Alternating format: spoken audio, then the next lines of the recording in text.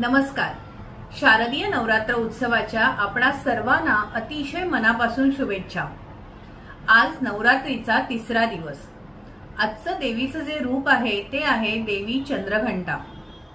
ज्या देवीने तिच्या भाळावर चंद्रकोर धारण केलेली आहे, जिचे 10 हात आहेत आणि त्या 10 हातांमध्ये वेगवेगळी आयुध तिने धारण केलेली आहेत, जी देवी नकारात्मकता आणि शत्रूंचा विनाश करण्यासाठी सज्ज आहे, जिचं वाहन सिंह आहे, अशा या देवीची आज आपण उपासना करायची आहे. या देवी सर्वभूतेषु मा चंद्रघंटा रूपेण संस्थिता. नमस्तस्यै नमस्तस्यै नमस्तस्यै नमो नमः. देवीचा आशीर्वाद आपल्या सर्वांवर सदैव राहो.